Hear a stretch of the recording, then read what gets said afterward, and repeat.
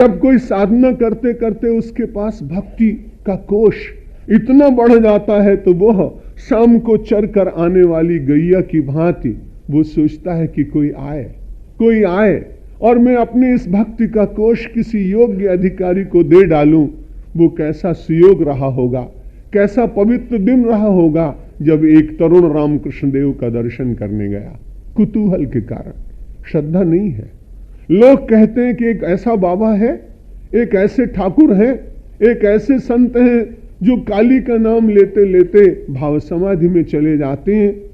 कभी काली पर फूल चढ़ाते हैं और काली से फूल उठाकर कभी अपने ऊपर चढ़ा लेते हैं। नरेंद्र ने कहा चलो ऐसे पगले को मैं भी देख के आऊं। एक पागल का दर्शन करने के लिए कुतूहल के कारण व्यक्ति गया, लेकिन व्यक्ति का प्रारब्ध के परिपाक कब हो जाते हैं इसे कौन जानता है। मन में कोई इच्छा नहीं है कि मैं सन्यासी बनूंगा, मैं अपनी तरुणाई समाज और ईश्वर को समर्पित करूंगा, ऐसा कोई मन में संकल्प नहीं। कुतूहल के कारण जाने के बाद देखते हैं, जैसा मैंने कल कहा था कि सात्विक संतों की ऊर्जा व्यक्ति को प्रभावित करती है।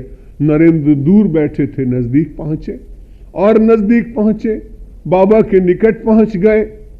जब रामकृष्ण देव के निकट पहुंचे तो सहज रूप से वात्सल्य से परिपूर्ण उनका वरद हस्त नरेंद्र के शीश पर अपने आप फिर गया और उन्होंने कुछ अनुभव किया कि मेरे भीतर कुछ घट रहा है।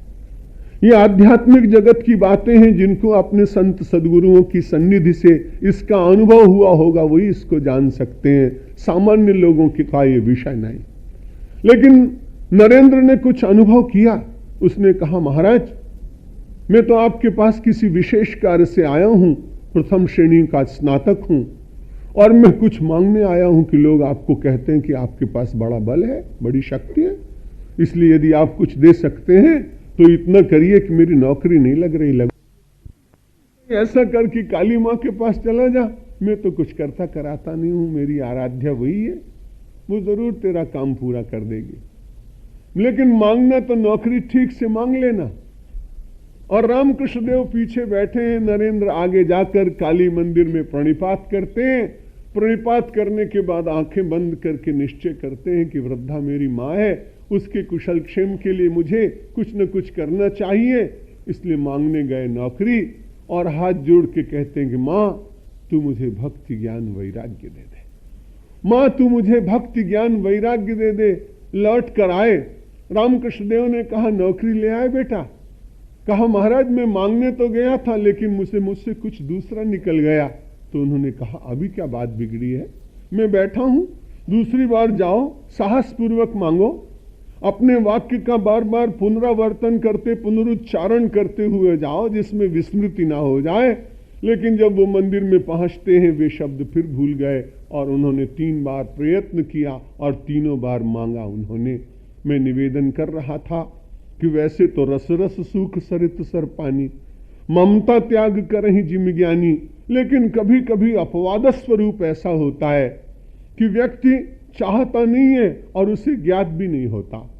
कोई विज्ञान ने यंत्र नहीं बनाया कि मुझे ये पता लग जाए कि मेरे पूर्व प्रारब्ध का परिपाक हो गया और अब मेरे जीवन का भाग्योदय भक्ति के रूप में होने वाला है, इसे कोई बता नहीं सकता। नरेंद्र भी स्वयं जान नहीं पाए और धीरे धीरे वे रामकृष्ण देव के इतने अनुगत हुए कि उनकी अपनी सारी इच्छाएं, व्यक्तिगत इच्छाएं गुरु चरणों में समाप्त हो गईं और जो उनका अपना स्वप्न रहा होगा परमहंस जी का, उसको उन्होंने साकार किया। निवेदन कर रहा था कि वैसे तो रस रस सूख सरित सर पानी, ममता त्याग करहि जिम ज्ञानी, लेकिन कभी कभी अपवाद स्वरूप ऐसा होता है कि व्यक्ति चाहता नहीं है और उसे ज्ञात भी नहीं होता। कोई विज्ञान ने यंत्र नहीं बनाया कि मुझे ये पता लग जाए कि मेरे पूर्व प्रारब्ध का परिपाक हो गया और अब मेरे जीवन का भाग्योदय भक्ति के रूप में होने वाला है, इसे कोई बता नहीं सकता। नरेंद्र भी स्वयं जान नहीं पाए और धीरे धीरे वे रामकृष्ण देव के इतने अनुगत हुए कि उनकी अपनी सारी इच्छाएं, व्यक्तिगत इच्छाएं गुरु चरणों में समाप्त हो गईं और जो उनका अपना स्वप्न रहा होगा परमहंस जी का, उसको उन्होंने साकार किया। मैं निवेदन ये कर रहा था कि भगति करत बिन जतन प्रयासा, संस्कृति मूल अविद्या नाशा।